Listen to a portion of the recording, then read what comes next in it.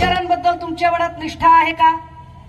की तुमच्या निष्ठा म्हणजे घ्या 200 बोला मनसे अशा आहेत? मला एकदा कळलं पाहिजे की तुमच्या निष्ठा काय आहे. कारण तुमच्याकडे जर निष्ठा असते ना, तर बाळासाहेबांबद्दल जर तुमच्या मनात निष्ठा असत्या तर तुम्ही कणकवलीला जाऊन नारायण राणेंचा प्रचार केला नसता. ज्या नारायण राणेंचे तुम्ही फार गोडवे गाताय त्या नारायण राणेंचं पोरग वंदनीय बाळासाहेबांबद्दल काय बोललं? राज ठाकरे, सुरुवात तुम्ही केली, शेवट मी करणार आहे. उलट कसा रचला गेला आणि नंतर त्यांचं मरण हे हॉस्पिटलमध्ये कसं दाखवण्यात आलं आणि तेव्हा 2 शिवसैनिकांना सहन झालं नाही. शिवसैनिकांना ठार मारायसाठी बाळासाहेबांनी कोणाला ऑर्डर दिल्या आणि ते ठार झाले सुद्धा. ती केस दाबली गेली. फक्त जे दिघे साहेबांबद्दल झालं ते चुकीचं वाटलं काही शिवसैनिकांना, म्हणून त्या दोघांना ठार मारलं गेलं. बाळासाहेबांच्या सांगण्यावर मी आजपर्यंत मर्यादा ठेवल्या, पण साहेबांविरोधात जर कोण अशा खालच्या दर्जाचा माणूस खालच्या पातळीची टीका करत असेल, मी सहन करणार नाही. माझ्यासाठी माझा साहेब महत्वाचा, राणेसाहेब महत्वाचे, बाळासाहेब माझ्यासाठी महत्वाचे नाही. जेवढं मर्यादा आम्ही ठेवली होती ती विनायकरावांनी त्या व्यासपीठावर तोडली. मत मागायला गेले आणि राज ठाकरेंना काल उमाळे फुटत होते वंदनीय बाळासाहेबांबद्दल. वंदनीय बाळासाहेबांबद्दल फार प्रेम आणि आपुलकीचा पाजर फुटत होता काल राज ठाकरेंना. राजजी नाही, राजजी वगैरे म्हणू नये तुम्हाला. Mister Raj, do you have any idea about this video? Mister Raj, क्या आपको कुछ अंदाजा है इस वीडियो के बारे में? जिस वीडियो में नारायण राणे के सुपुत्र बाला साहब पर लांछन लगा रहे हैं, उन्हीं बाला साहब पर, जिन बाला साहब के नाम पर कल आप बहुत आंसू बहा करते थे, बहुत आंसू बहा लिया आपने कल.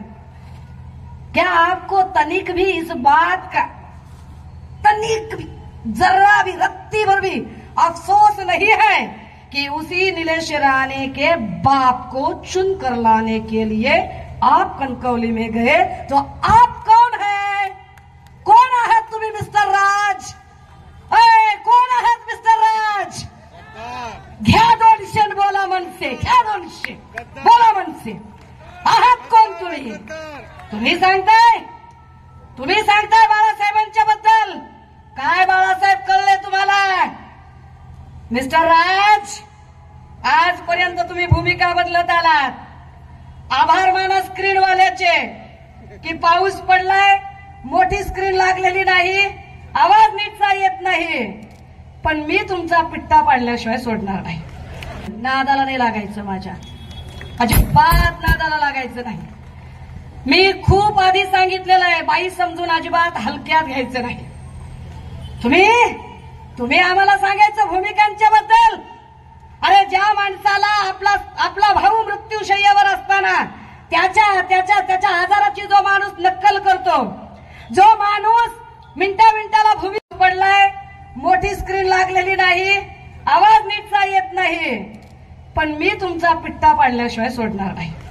नादाला नाही लागायचं, माझ्या अजिबात नादाला लागायचं नाही. मी खूप आधी सांगितलेलं आहे, बाई समजून अजिबात हलक्यात घ्यायचं नाही. तुम्ही आम्हाला सांगायचं भूमिकांच्या बद्दल. अरे ज्या माणसाला आपला भाऊ मृत्यूशय्यावर असताना त्याच्या आजाराची जो माणूस नक्कल करतो, जो माणूस मिनिटाला भूमिका बदलतो. आणि काय म्हणाले ते? आमचे 6 नगरसेवक उद्धव ठाकरेंनी फोडले.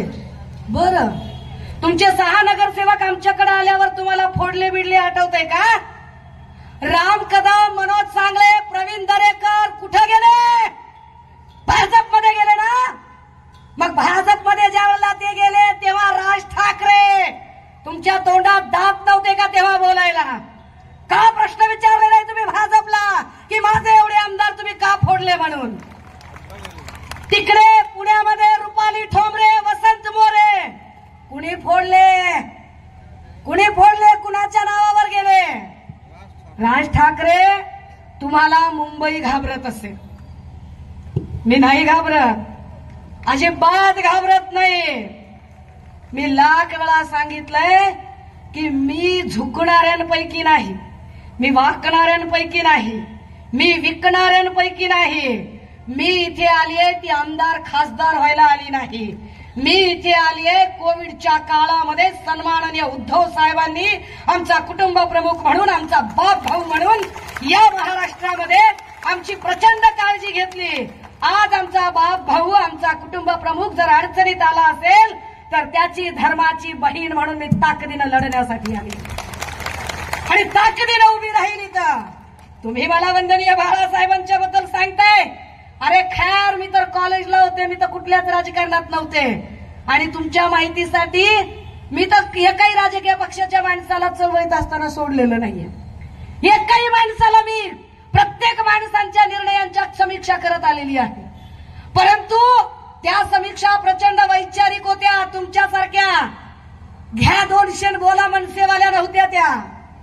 मी काहीतरी ठरवून काहीतरी मनाशी आले होते. मिस्टर राज, काय भूमिका होती तुमची? ए दादा, लाव रे बाबा तो व्हिडिओ. त्यांची जय महाराष्ट्र, इमानाला महत्व द्या म्हणाले बाळासाहेब. बाळासाहेबांचा विचार मान्य असताना तर आज तुम्ही आपल्याच भावाला शत्रुत्व करत त्याच्या विरोधी गोटात सामील झाला नसतात. सुषमा अंधारे कुठल्याही अपेक्षेशिवाय मी भणंग आहे, मी गरीब आहे, मी आदिवासी आहे, मी पहाडी आहे, पण मी इमान विकलेलं नाही. राज ठाकरे, मी तुमच्यासारखा इमान विकलेलं नाही. ताकदीनं सांगते की होय, कायदा माझ्या बाप्पानं लिहिला आणि माझ्या बाप्पानं मला बेईमान व्हायला शिकवलं नाही. ताकदीनं सांगते की मी इमानदार आहे. आणि वंदनीय बाळासाहेबांनी जे सांगितलं ना, कारण माझ्या गावाकडं, माझ्या आदिवासी लोकांमध्ये, माझ्या जात पंचायतीमध्ये, माझ्या सगळ्या परंपरेमध्ये मला शिकवलं गेलेलं आहे. काय? एखादा माणूस जर मृत्यूशय्येवर असेल तर त्याचा मरतानाचा शब्द जीव गेला तरी पाळायचा असतो. मी वंदनीय बाळासाहेबांचा मृत्यूशय्येवरचा तो शेवटचा शब्द जीवापाड जपते, जीवापाड जपते. तो शब्द वंदनीय बाळासाहेबांनी शेवटच्या क्षणी दिला होता आणि सांगितलं होतं की माझ्या उद्धवला आणि आदित्यला सांभाळा. तर होय, मी धर्माची बहीण म्हणून माझ्या भावाच्या साठी लढणार. तुमच्यासारखे कितीही असे सुपारी बहादर आले, फरक पडत नाही. कारण मला माहिती आहे आजच्या घडीला मोदी आणि भांडवलदारांना जर कुणी नडू शकत असेल तर एक सडाफटिंग माझ्यासारखा कुठलंही आर्थिक भांडवल नसलेला माणूसच लढू शकतो. मीच तुम्हाला लढू शकते. आणि मला माहिती आहे मी डाव पलटवण्यामध्ये विश्वास ठेवणाऱ्यांपैकी आहे. आणि डाव पलटला तर अख्खी बाजी माझी असेल. महाराष्ट्र धर्म वाढवा. हा महाराष्ट्र धर्म काल रवीश कुमारचा रिपोर्ट सांगतोय की भारत की राजनीति में उद्धव उदय हो रहा है. महाराष्ट्र धर्म सांगतोय की जर मराठी माणूस पंतप्रधान पदाचा दावेदार होऊ पाहत असेल तर ज्या पद्धतीने काँग्रेसच्या जरी प्रतिभा पाटील असल्या तरी मराठी बाई राष्ट्रपती होते म्हणून शिवसेनेच्या बाळासाहेबांनी पाठिंबा दिला. तर जर शिवसेनेचे उद्धव साहेब त्या रेसमध्ये असतील तर सुषमा अंधारेने महाराष्ट्र धर्म पाळला पाहिजे. मी महाराष्ट्र धर्म पाळते. वेळ झालाय जास्त. माझ्याकडे बोलण्यासारखे खूप मुद्दे आहेत, पण पुढे अजून एक सभा आहे. मी अजून एकदा समाचार घेईल. आणि हो मिस्टर राज, मी तुम्हाला सुद्धा उत्तर द्यायला खरं तर बांधील नाही. You are not my type, अजिबात नाही. माझी कॉम्पिटिशन तुमच्यासारख्या, कारण तुमच्यात माझ्यात फरक आहे. मी विद्रोही आहे, तुम्ही ऊरबडवे आहात. तुमच्यात ऊरबडवेपणा आहे आणि ऊरबडवेपणा करणाऱ्या लोकांशी माझी स्पर्धा असू शकत नाही. माझं टार्गेट तुम्ही नाही, माझं टार्गेट महाराष्ट्र नासवणारे देवेंद्र फडणवीस आहेत. त्यामुळे याच टार्गेटला कंटिन्यू करण्यासाठी किरण भैया बोलतील. तुर्तास मी माझी भूमिका जी आहे ती मांडली आहे. थांबते, रजा घेते. जय हिंद, जय महाराष्ट्र.